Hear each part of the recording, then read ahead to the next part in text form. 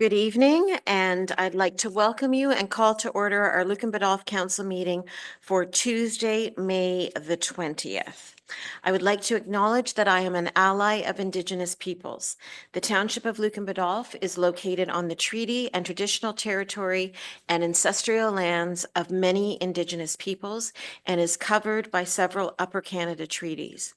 We honor and respect the history, languages, and culture of the diverse Indigenous peoples who all call Lucan Biddulph home. We endeavor to unlearn colonial mindsets and practices and to grow in knowledge.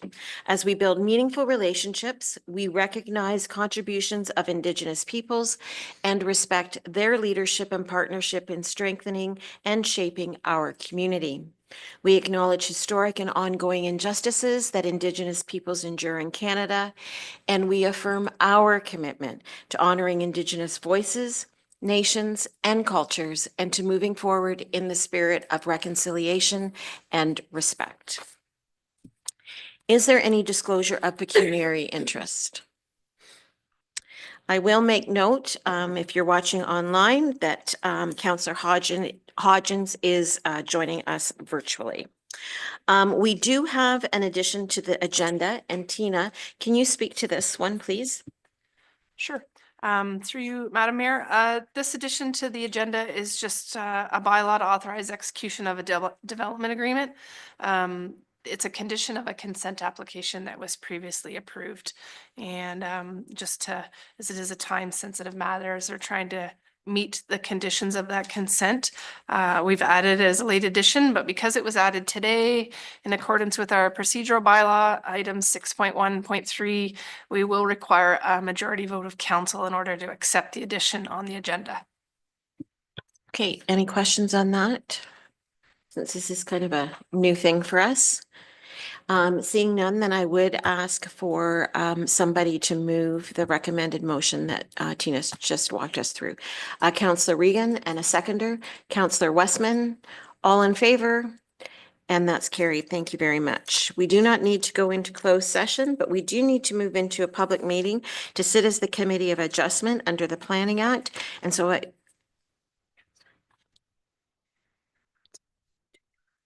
oh, I did. That's right. Yes, thank you. Forgot about that. Okay, before we do go into the public meeting, I forgot that, yes, I wanted to remind everybody that this week is National Public Works Week. And it's a week that is dedicated to recognizing public works departments across Canada. It gives us as a council, on behalf of the community, opportunity to thank and highlight our employees. This year's theme is People, Purpose, and Presence. The theme underscores 3 key principles that drive public works professionals to serve our community each and every day. And I would encourage all residents to familiarize themselves with all this department is responsible for, because it is quite a lot. From repairing potholes and maintaining our road system to providing safe drinking water and ensuring stormwater is properly managed, to making sure our waste gets to where it needs to be properly treated, to looking after our beautiful flower program. The Public Works Department is responsible for many of our day-to-day activities that we take for granted. Our municipality is well connected through our up-to-date and reliable infrastructure. There is no doubt our Public Works Department serves our community through the work they take on every day. Should a resident see one of our hardworking employees, please take the opportunity to thank them for carrying out the essential work that they are responsible for. Everyone goes above and beyond to provide Lucan Biddulph with these frontline services that safeguard and enhance the quality of life in our growing community. Public Works finds their purpose in serving the community needs. Their efforts often go unnoticed because when everything functions well, Public Works remains invisible. Yet whether acknowledged or not, Public Works consistently enhance everyone's quality of life quietly and effectively. So we thank everyone in that department. With that, we do have to go into a public meeting to sit as a committee of adjustment under the Planning Act. And I would ask for a mover and a seconder to move us into the public meeting at 6 minutes after 6. Councillor Westman and Deputy Mayor Manders. All in favor? And that's carried. Thank you very much. Before we go into the public meeting, the public have to sign in for this one? You'll ask them after? Okay, you'll look after that. So the first application in front of us is a minor variance application, and it is for a property on William Street. And Alyssa, I will turn it over to you to take us through this application. Thank you. The purpose and effect of the minor variance application before council is to allow for the construction of an accessory structure with the maximum permitted height of 6.1 meters, whereas the zoning bylaw permits a maximum height of 4.5 meters. The application also requests that the accessory structure be located in the front yard, whereas the zoning bylaw states that accessory uses shall not be erected in the front yard. The subject property is a 1.99 acre lot situated in an agricultural area on the north side of William Street, east of Denfield Road. The lands are legally described as part of Lot 30, Biddulph Concession 1 West, Part 1 of Registered Plan 33R 18538 in the Township of Lucan Biddulph, County of Middlesex, municipally known as 5690 William Street. The applicant proposes to constructing an accessory building beside the existing attached garage for personal storage purposes.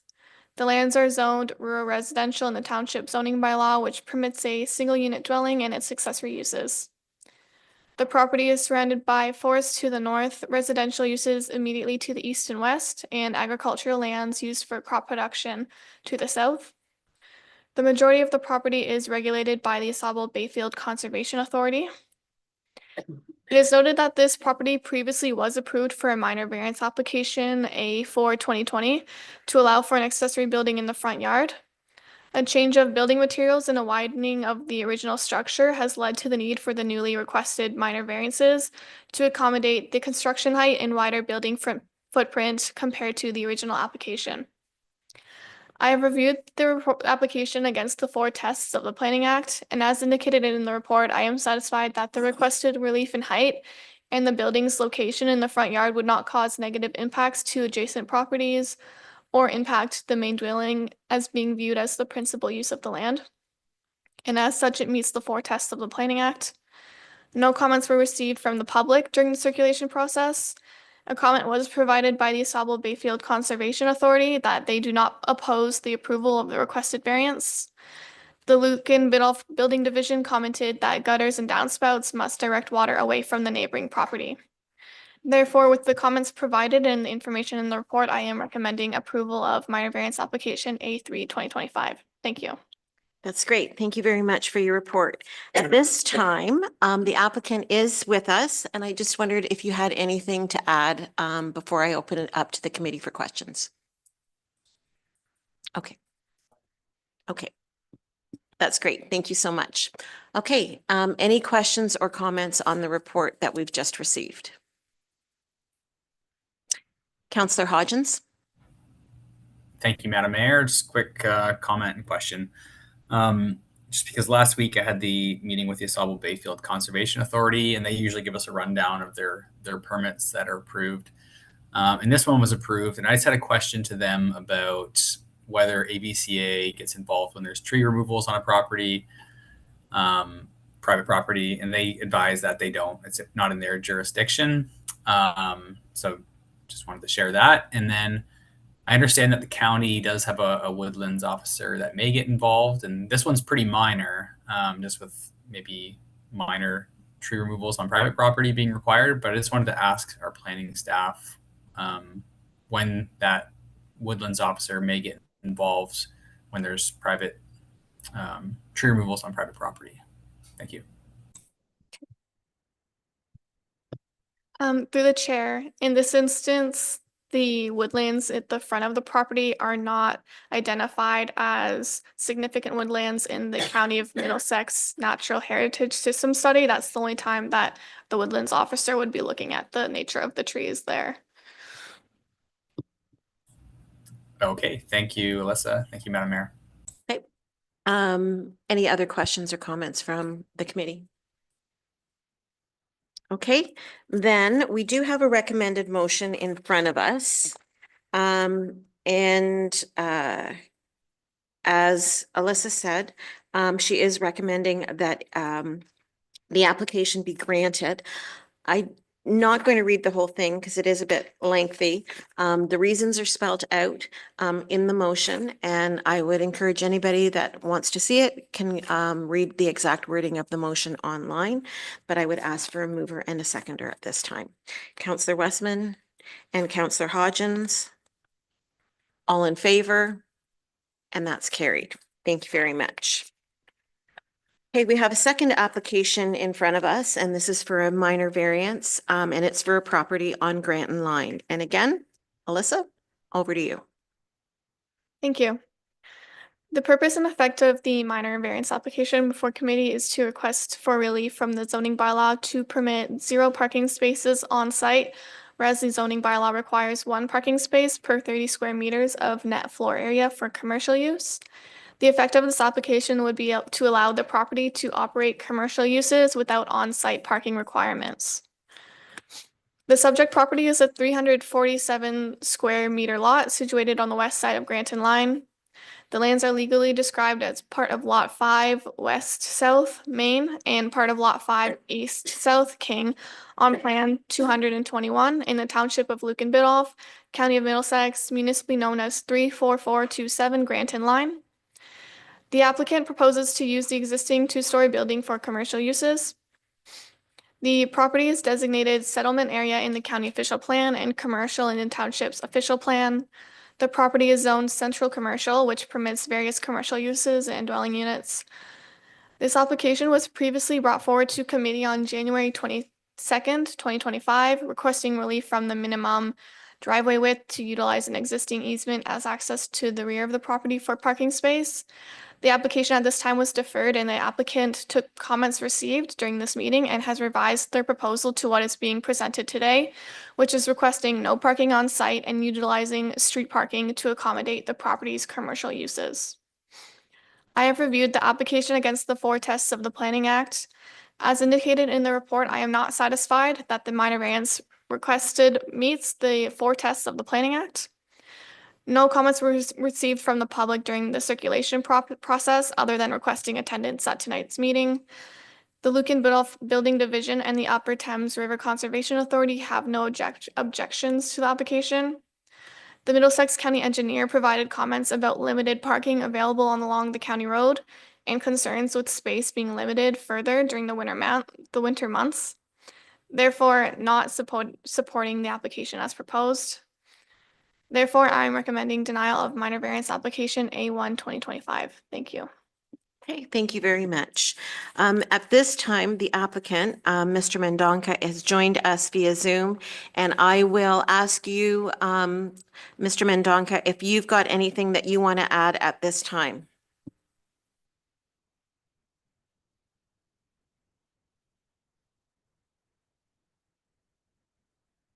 Unmute. Hi, how you doing? Good, thanks. Would I like to add anything? I don't know what to add. All I'm waiting for is a building permit so I can start my construction. I've changed my plan from 1 apartment upstairs to office space. I had a meeting with the planning department and a couple other folks. I'm not sure who they were. I can't remember who they were, and they said to propose this, so I have. And yeah, I just want to get on with it and hopefully get a building permit at some point and without any delays. Okay, thank you very much. Thank you. Yep. Now we've got a number of members in the gallery. And some have registered. So I'm just going to call you out. And if you want to speak, then you can come up. Just a reminder, your name and your address for the record. And then once I've gone through my list of registered participants, we'll open it up to anybody else that wants to speak to it. And then the committee can speak and ask questions. I'll just remind you that you don't necessarily need to repeat if one of your neighbors has already said something that you were going to say. What you can do is you can say, who you are, where you live. And I'll just use John as an example, but, John Herbert, he spoke and I agree with what he said. And that will be the same force and effect in public comments as if you'd said them yourself. It's just in an effort to try to streamline the meeting and to keep it going, but it doesn't take away that your voice has not been recognized. So the first one I've got is John Herbert.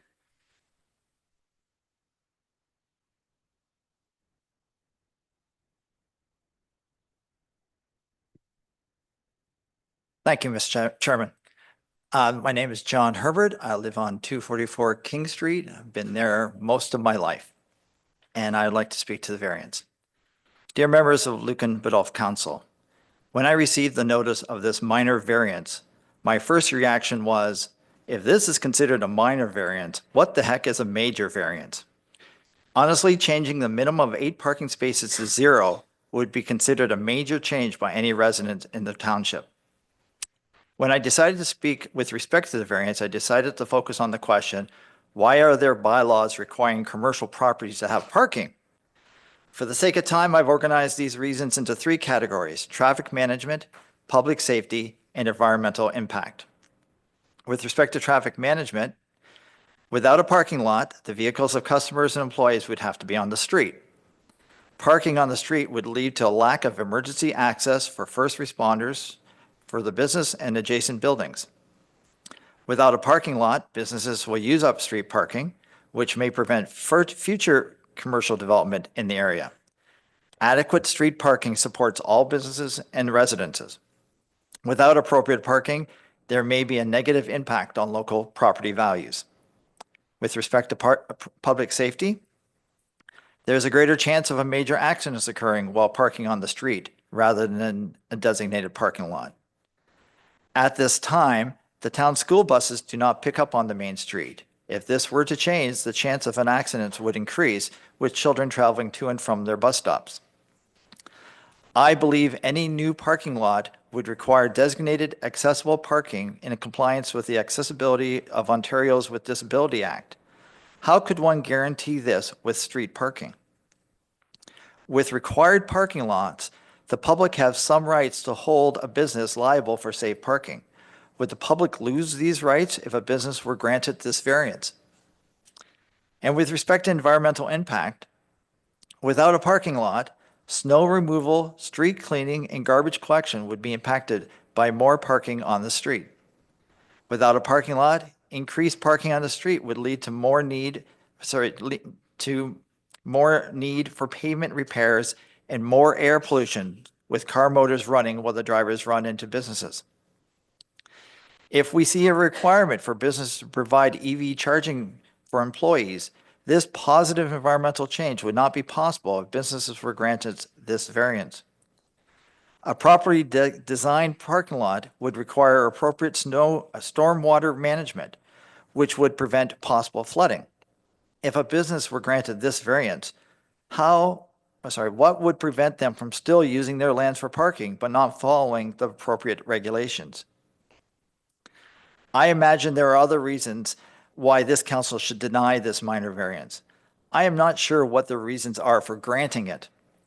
The circumstances surrounding parking for this building has not changed since it was built. There was no parking available when it was built. There was no parking available every time it has been sold. There is still no parking available without accessing the back through another property. As I stated in my presentation on January 22nd, 2025, I believe the property owner of 34437 Granton Line owns an adjacent property, perhaps using it, a parking lot that follows all the regulations, is possible. Thank you for your time. Thank you very much. I've got Sandra McCurdy.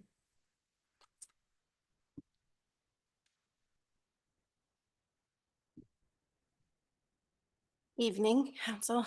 I'm Sandra McCurdy. I live at 438 Queen Street in Granton. And I actually am the daughter of the individual that lives right beside the building on 34429 Granton Line. That's my mother, Barbara Pepper. And I regret that my mother can't be here tonight because she is in the hospital. She's been there since Friday. Anyways, I would also like to make a small correction to what John had said. Sorry, John. But there is busing on the main street as well for the secondary school students. I said a lot of things the last time I was here at the last meeting. And the only thing that I feel that is important enough to reiterate, I do notice that there is another council member that is present here tonight that wasn't before. I would like to reiterate the purchasing listing of the MLS in regards to the current property. So the original purchase listing on MLS was, quote, property was formerly used with 4 residential dwellings. The property is in need of extensive repairs, currently has a collapsed roof, water in basement, and extensive mold. Value is in the land. The realtor nor the seller can confirm that it is even a legal fourplex. There is a city debenture, sewer and water for roughly $1,000 to be paid in closing by the buyer. Please do your own diligence in regards to all aspects of this property. There will be no viewings of the interior of this property until closing due to unsafe conditions. This is strictly as is property. And note the property has no parking. End quote. That's all I have to say. Thank you.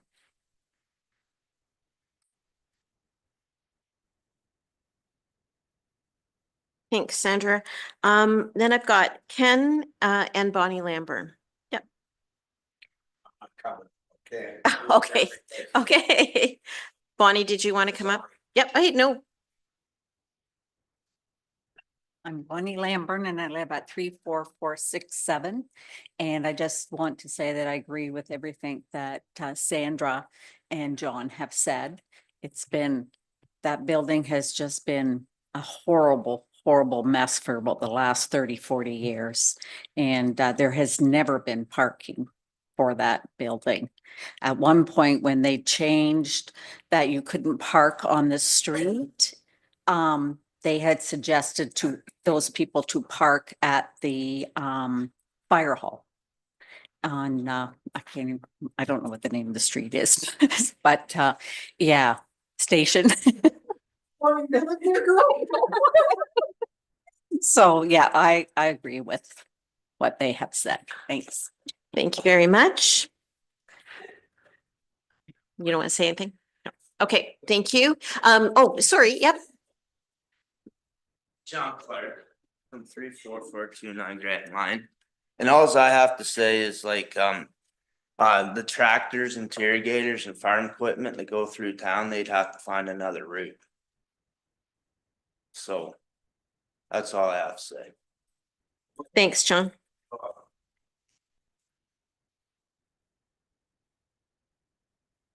Okay, did the committee have any questions or comments or need any clarification? Councillor Westman. Yeah, I mean, I agree fully with everything that's been said here, and I would like to add that, you know, I'm familiar with the building. I've spoken with our chief building official, and there is currently a building permit active on the building, but it is far from being completed, and it's strictly for structural safety. And so, you know, I'm concerned that there's, you know, overtures being made to consider that at some point it'll be occupiable for commercial ventures. I think, you know, that's putting the cart before the horse, and I want to be sure that we're following the right steps here to make sure that the building is safe and structurally sound and ready for occupation before it's even considered for whether parking is available or what have you. So I would not be in favor of supporting this variance. Thank you, Counselor. Any other comments or questions from the committee? Counselor Hodgins. Thank you, Madam Mayor.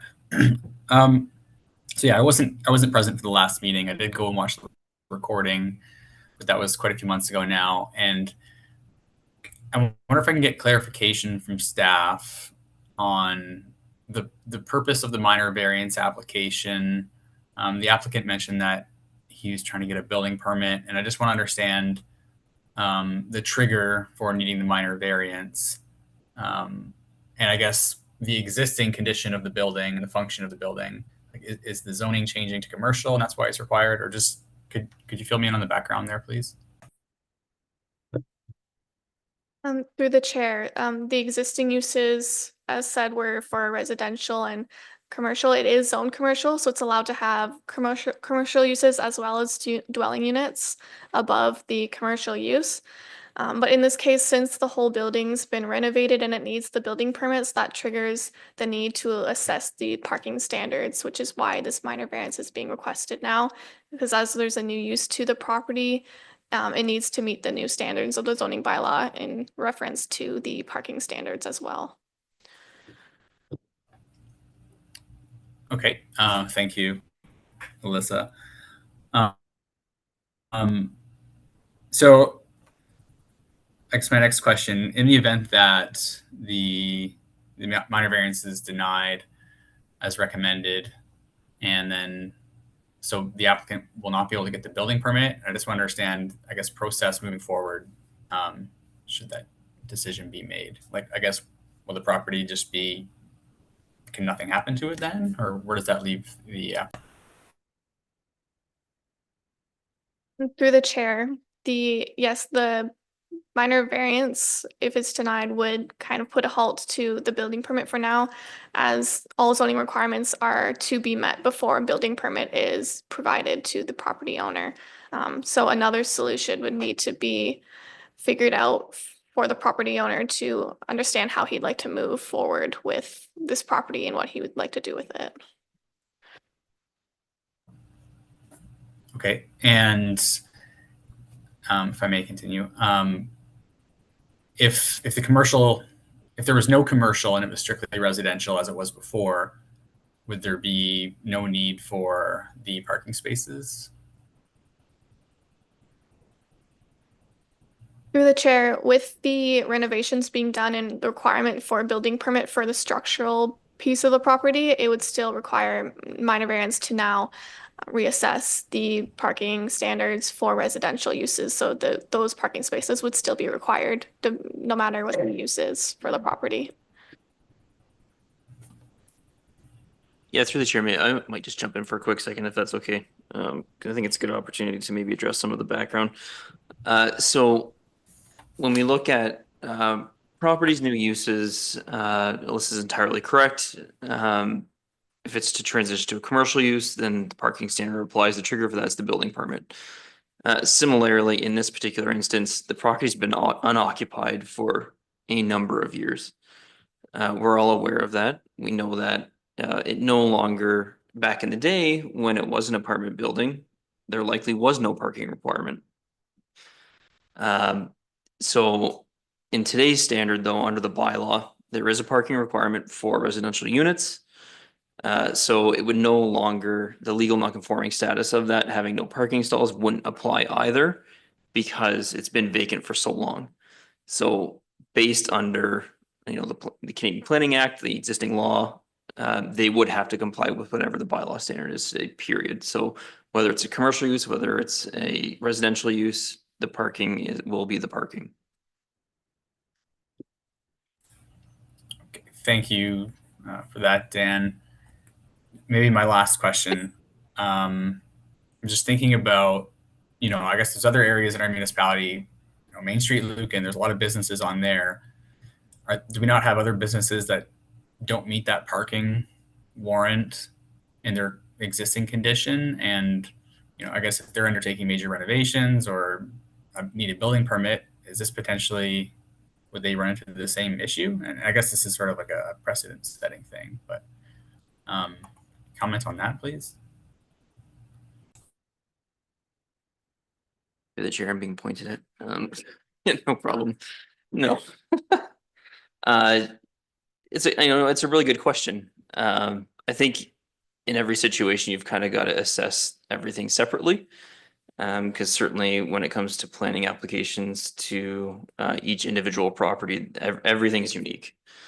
So, if we were looking at it more holistically across, the township, certainly we have instances in downtown Lucan here on Main Street where there's certainly limited parking and patrons utilize street parking as well as, existing municipal lots for their parking needs. The same opportunity doesn't necessarily exist in Granton. Although obviously there is street parking available out on Granton Line, not available obviously over the evening hours, which was causing the concern about potentially putting residential units in that building. Because we do know the reliance off of vehicles and driving within our communities. So are there existing businesses, buildings, whatever it might be within the area that this similar situation could occur to? Absolutely 100%. But what may happen in a lot of those other instances is they may actually be able to house some of the parking stalls on their site. More so when we look at that, it's, we have our employees that can park on site, the people that are there for the 8 hours, who utilize that space more often. And then the coming and goings of the people coming to the store or the shop or the business can utilize that street parking. That's what the street parking's purpose is for. So obviously this is a unique situation because of the size of the lot, the building where it's situated, the frontage, the depth. It's certainly much more unique than other instances, I would say, within our community. And in most instances that I was able to look at today with Alyssa and others, I can confidently say that in most instances, they would accommodate at least one parking stall for an employee on site. And then patrons visiting the business would be able to use the street for parking for short term. So I hope that answers your question, but certainly it could be a situation that comes up again.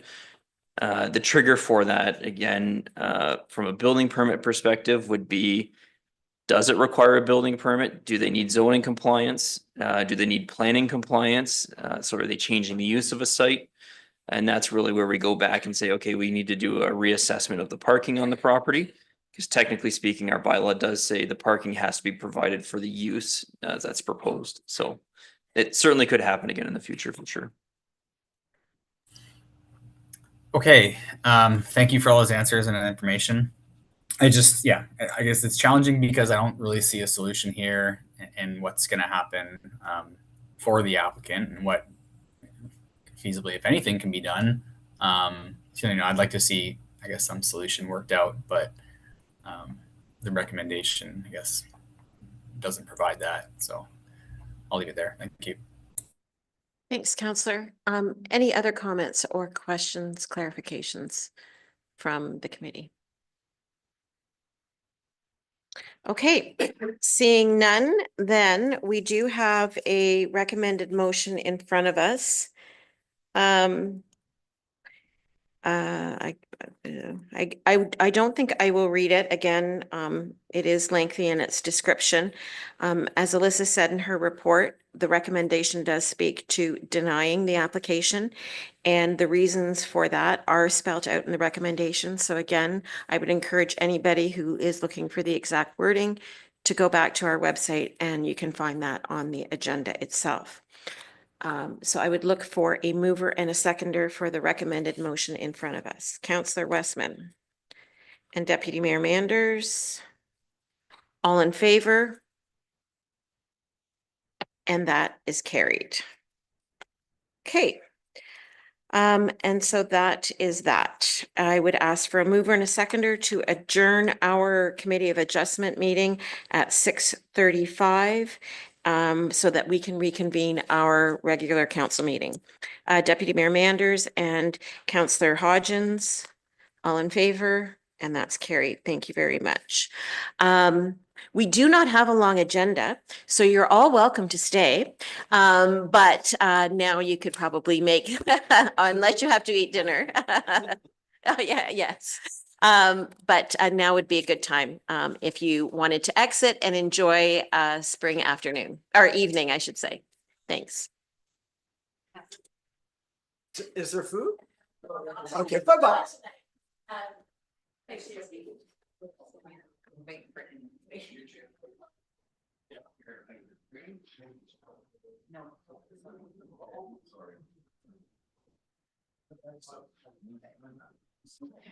Okay, so we'll move on. We've got a set of minutes in front of us from May the 6th. And if nothing needed to be amended or corrected, I would ask for a mover and a seconder to adopt those as presented, please.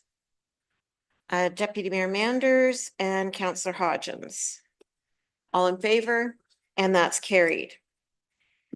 So we've got the consent agenda in front of us and there's a number of items on there and just wondered, was there anything nothing had been told to Tina to be pulled? So if nothing wants to be, council doesn't want to discuss any of the items. Oh, Councillor Hodgins. Thanks, Madam Mayor. Sorry, Tina, I didn't let you know. But just item 9.2, the Bill 17 letter from Municipal Affairs and Housing Ministry. Lots of information in there. You know, another big sweeping change from the province, keeping us on our toes.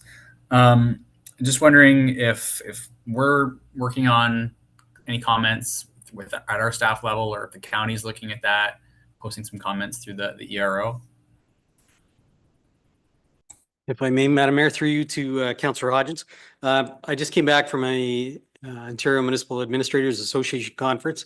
This was sort of front and center, some of the discussion, and some of the discussion surrounded on, you know, this isn't just a Lucan Biddulph or even a county in Middlesex only type issue.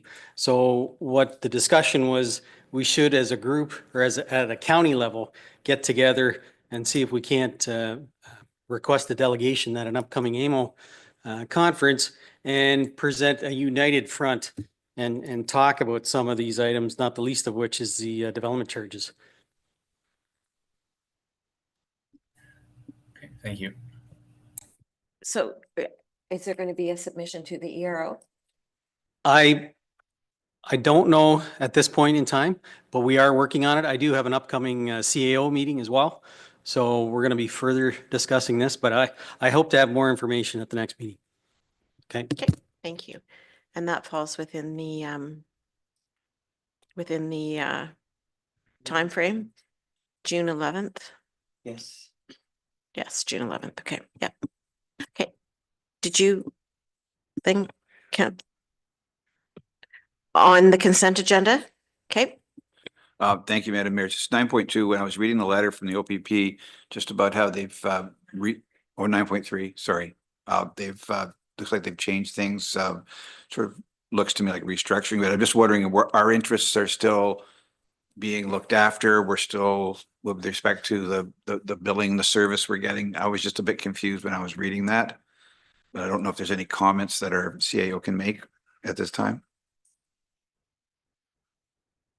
And I'm sorry, Madam Mayor, I was writing my notes from the previous Sorry. one. Sorry, Ron. Sorry. So as not to forget. Sorry, can you repeat the question? So, so I was just reading that letter, the OPP letter. I'm just concerned about the realignment, just wanting to make sure that our needs and our service levels are going to be maintained in Lucan, and if there's anything else we need to do with respect to this, like this, it looks like a restructuring to me, Ron. So I was just, and I was a bit confused by what they were saying.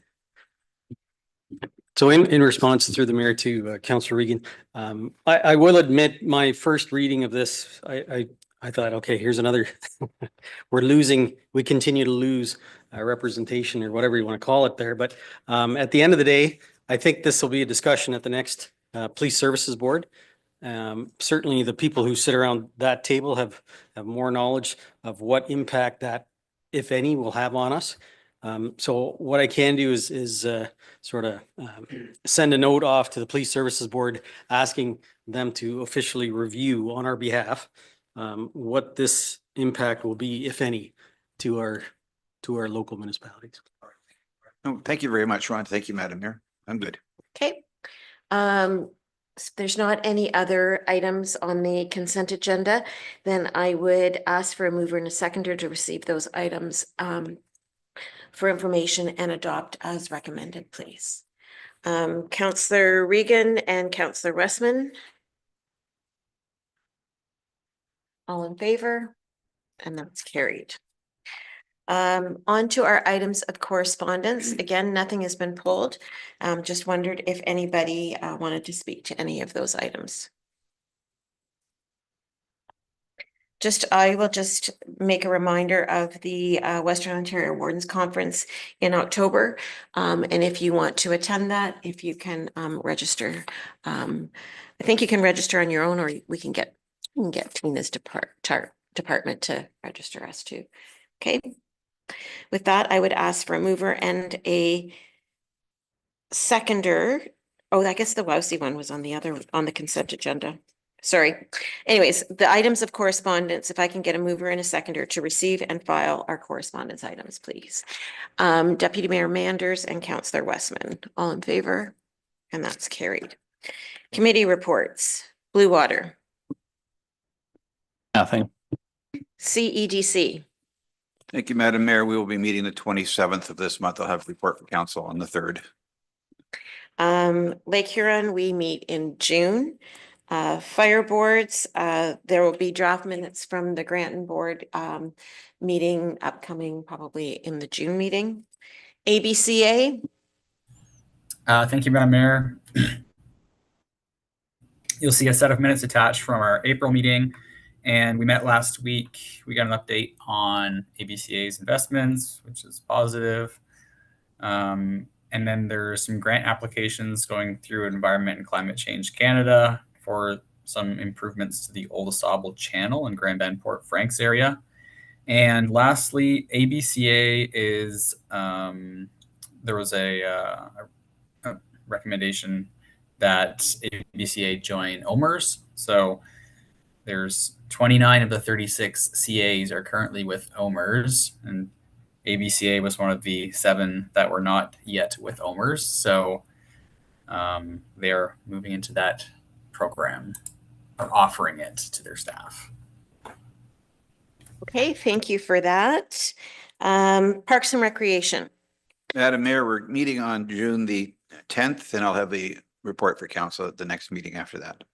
Okay, and Trails. Yeah, we're meeting on June 12th and we'll have a report after that. On to staff reports. Ron. Thank you, Madam Mayor. Just one report before council tonight, and that's with regards to the proposed dissolution of both fire area boards. This is a result of the last Fire Services Advisory Committee meeting. At that meeting, there was a discussion and a motion put forward. That motion was to be put before not only Lucan Biddulph Council, but also Perth South Council, calling for the dissolution of both the Lucan Biddulph Fire Area Board and the Biddulph Blanchard Fire Area Board with an effective date of January the 1st, 2026. As part of that motion, there was also a section of that motion that said, or asked senior administrative leaders to create terms of reference regarding a transition group. So that motion, Madam Mayor, is now presented before council tonight. My understanding is that a similar motion will be considered by Perth South's Council. I believe they have their meeting tonight as well. So hopefully this is going to be a long process, and I think this is sort of the important first step by both councils to say, yes, we would like to dissolve both fire area boards and move forward towards a single unified fire department under a department structure similar to that of Parks and Recreation or the Public Works Department. So. Okay. Thank you for that report. Questions or comments on this? Deputy Mayor Manders.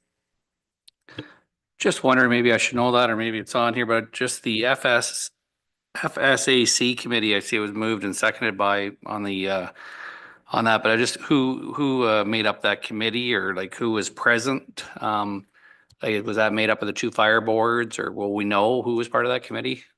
Or yeah, no, well, but who is, so that vote there that was moved by Kathy Burkhardt, just seconded by Robert William. So And the all- members, I assume all in favor and that it was passed, but I don't, and again, it obviously wasn't recorded, so I don't know how people voted on the committee.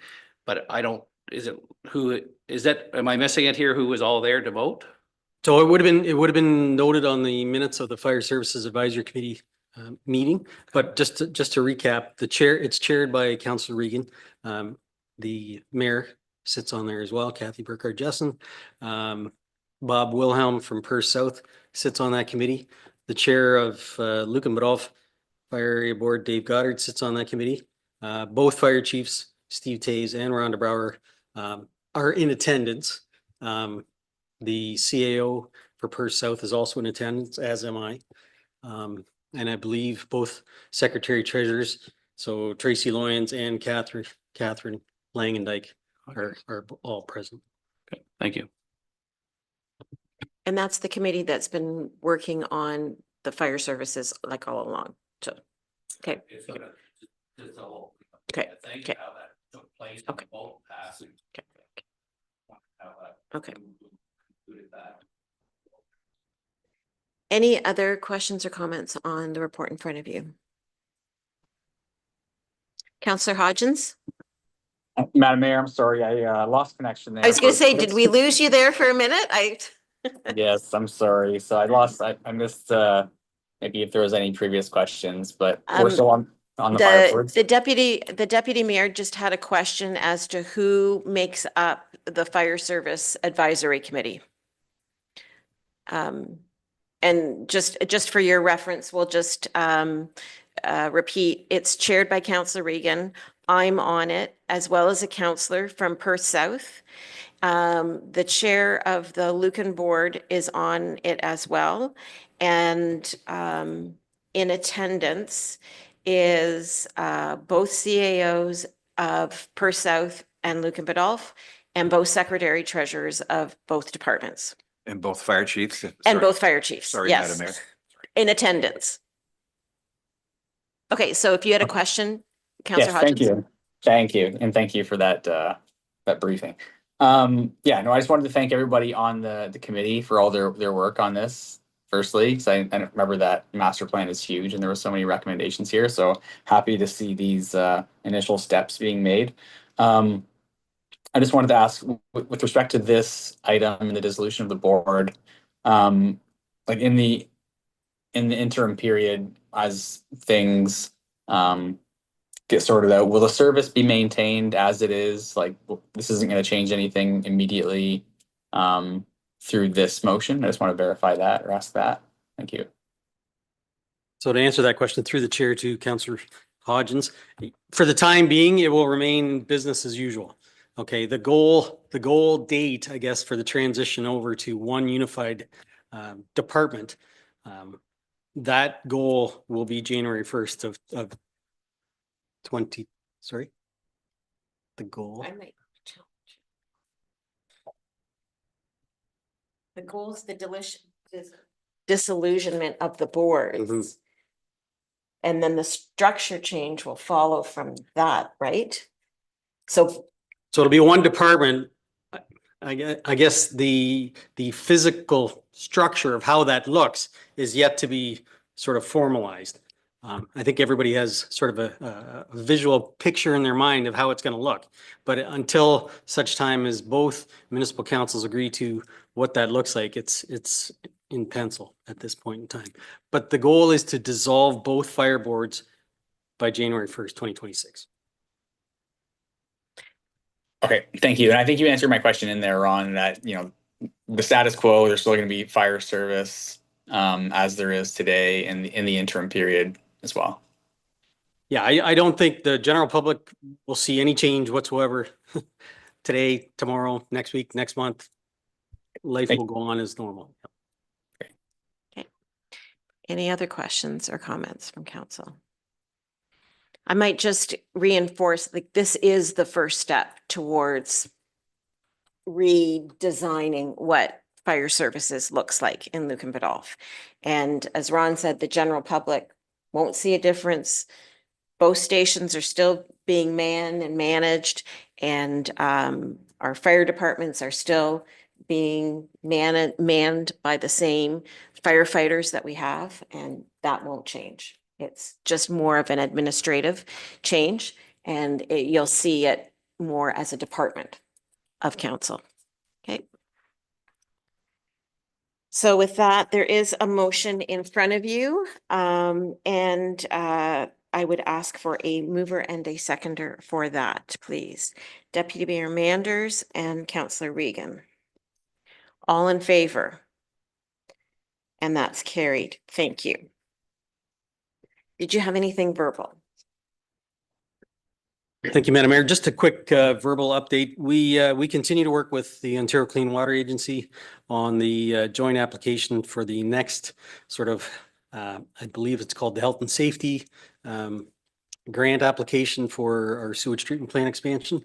It's another opportunity for us to try and get some money out of the province to help us expand our existing sewage treatment plant in Lucan. So that continues to be worked on. I believe the deadline date is the end of June. So we're ahead of the game as far as that goes. We should have our application in well in advance of that deadline date. Tina, did you have anything verbal? Nothing? Okay, on to other business then.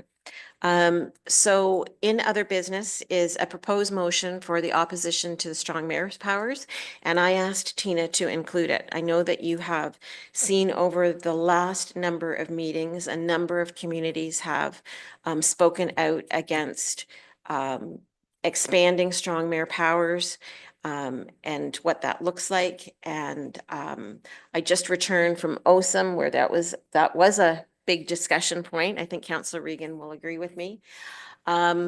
Certainly our community has not been delegated those authorities. I personally oppose the strong mayor powers, and I do believe it's important for municipalities to take a stand one way or another. This certainly isn't something that municipalities, certainly our size, and I would say the size of the municipalities that were just granted strong mayor powers, have asked for.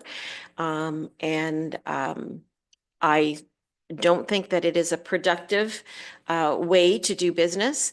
And so I'm asking that the motion be put on the table, but I would look to my fellow councillors for any comments that they might have on the motion as it sits. I will. Thank you, Madam Mayor. So we did have a number of discussions at OSAM about it. And I totally support this. I think anything like this simply is, it centralizes power. It's an erosion of democracy, as it says in here, and it reduces accountability.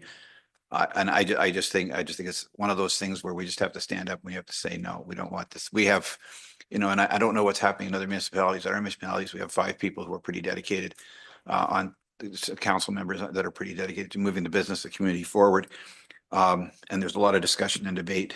This, again, if it ever happened, that where, again, like I said, it's an erosion of democracy, and it doesn't allow for debate. So I support this. Councillor Hodgins, I saw your hand up. Thank you, Madam Mayor. Yeah, no, I fully support this as well. And I'm happy we're putting our voice forward with all the other municipalities that have passed similar resolutions. And I wanted to maybe open it up to council. Are any of you aware of any municipalities that do have support for this? And maybe municipalities of less than 500,000 people, like maybe there's an application, City of Toronto, City of Ottawa, but it seems like it's pretty unanimous support amongst the smaller municipalities like ours. So yeah, happy to join that. And I'd be curious to hear if there's any that actually do support this. Thank you. Well, certainly at OSAM, the powers had been extended relatively, close to when we attended OSM. And so there was a number there. And I mean, and there's a number of municipalities within Middlesex that have been awarded or granted strong mayor's power. So North Middlesex has Middlesex Center, and Southwest Middlesex, and Strathroy Caradoc. Of that, I believe 3 of the 4 have been vocal in saying that they won't use them. And I know that one of my colleagues has reached out to the Minister of Municipal Affairs to see how they can be pulled back, but they're not doing that. They're not pulling them back from any municipalities that are granting them. So I think what you're seeing is mayors not taking advantage of using them, which is fine today, but in 2026, there'll be a new an election, and those sitting around the horseshoe could be very different, and then you don't know how that's going to be. But certainly, there was vocal opposition at OSM, and you've seen the motions and resolutions that, like Tina has shared on our agendas, and they've been shared with municipalities, with AMO, and with the province. Ours are going to be, this one, should it be passed, will go to AMO and it'll go to the province. And will it make a difference? We'll have to see. So, Councillor Regan, did you have follow-up, Councillor Hodgins? No, thank you, Madam Mayor. Councillor Regan. Thank you, Madam Mayor. Just to Councillor Hodgins' point about other municipalities. So Councillor Hodgins, what I heard when we were at AMO was interesting is that the smaller the municipality, the stronger the voice against these powers. It was sort of a very grassroots. It was very interesting. And it was, of course, a small municipality conference, but the more, and some of them had like 5 councillors, some had 7 or 9, a little bit bigger than us. But I found that it seemed there's a correlation between that. The smaller the municipality, the stronger we were saying, no, we don't want this. I know we don't have them, but it's just one of those things where I think the democracy is alive and well. So, and again, that, like I said, that voice is strong. It needs to stay strong. Thank you. I think for me, and Ron's just shared something that was shared with him, but I would say, when it was initially, when the province first brought it in, it was for certain large municipalities, and it was in an effort to try to get business going quickly. And they used it under the auspice of, we're going to build houses faster. But extending it to 169 municipalities, if let's just say, for the sake of discussion, if they granted strong mayor powers to Lucan Biddulph, like, just because the mayor has strong mayor powers, it's not going to get houses built any faster here. Like, this is just all a smoke screen. And I think the question that needs to be asked is, who is asking for this, and really, what is the real purpose of this? So, Ron. Thank you, Madam Mayor. I was just going to make one comment. At the Ontario Municipal Administrators Association, there was an interesting comment that came up and was asked of I think it was the associate minister, maybe, and actually it was asked of John Mascarin, so the lawyer, and the question was, there's a council right now that has I believe 7 councillors, and they are looking to reduce their number to 5. So they were granted, as part of these 169 municipalities that were granted strong mayor powers, they've been granted these powers now. The question was, if we move to 5 members of council, which is the report that, was going to the next council meeting kind of thing, would the strong mayor powers, because municipalities with 5 members of council are now eligible for strong mayor powers, would they lose that? And John Mascarin said, well, in his opinion, nope. Once you've got it, you've got it. It's not, you won't lose it. And then that further evolved into further discussions, like eventually everybody's going to have it. Because, it makes no sense that Perth South, for example, has strong mayor powers, and, it didn't go by population, it went by council members. That was That seemed to be the cutoff. If you had 6 or more, you got it. If you had 5, only 5, you didn't get it. You know, Thames Center, look at their population. They've got a lot more population than a lot of these other municipalities, and they don't have it. So anyway, there was lots of discussion. Okay, any other comments on that? So you've got the motion in front of you. It's very lengthy, but I would ask for a mover and a seconder on that one, please. Councillor Regan and Councillor Westman. All in favor? And that's carried. Thank you very much. I don't think there was, I guess the business arising was also under that. And I will just say, I think from now on, if there's anything that you want added to business arising, just give Tina the heads up so that we can discuss it then under other business. Any notices of motion? Councillor comments. Councillor Regan. Thank you, Madam Mayor. I just want to bring attention to for staff, the residents on Main Street, that Jake's house. There's 2 properties I think they own. There's 2 on the south, 1 on the north, I think, and both properties they're right on the Main Street, very overgrown, unsightly. There's a lot of work that needs to be done. I don't know who's responsible for that, but as I drive by there all the time and I see that there's just 3 houses right in a row that just no one's caring for it all, and I'm just wondering what we can do about that or what should be done about that. My questions to staff. So through the mayor to Councillor Regan, anybody who complains, please encourage them to go online. There's an online complaint system. By doing that, I know it's maybe not what people want to do, but for us, it makes the record keeping so much easier. There's a formal record of when you made the complaint, the particulars of the complaint, and it automatically gets followed up. So there's no, it doesn't drop off the end of the desk or anything else. It's there in our system. So. All right. So since I'm going to own it and I'll fill out that form. Okay.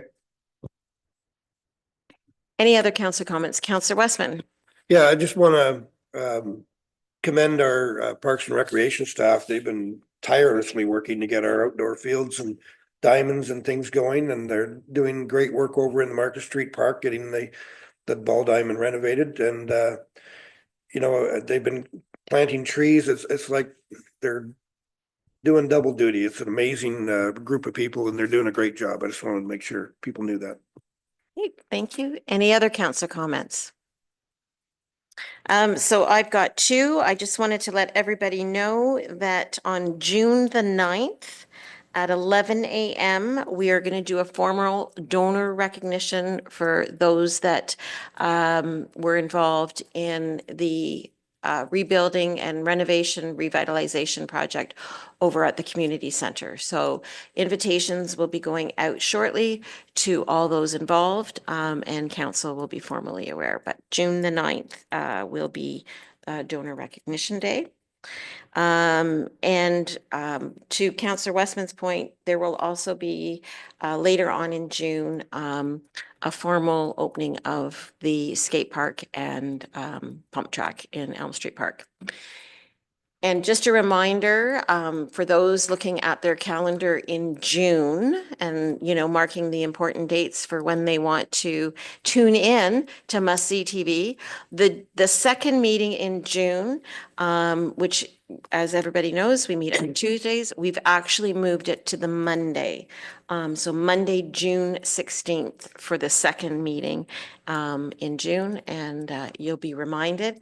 But I thought I would just kind of give a little bit of heads up and notice on that. Okay, with that, we have 3 bylaws in front of us, right? 2 bylaws, sorry, 2 bylaws. And Tina spoke to the other one, or the first one, and then of course there's the confirming bylaw. So the motion in front of us is that bylaws 23-2025 and 24-2025 be read a first, second, and third and final time and be adopted. A mover and a seconder for that, please. Councillor Hodgins and Deputy Mayor Manders, all in favor, and that's carried. And a motion to adjourn our council meeting at 5 minutes after 7. Mover and a seconder. Councillor Regan and Councillor Westman. All in favor? And that's carried. Thank you very much. And we will see you in a couple weeks.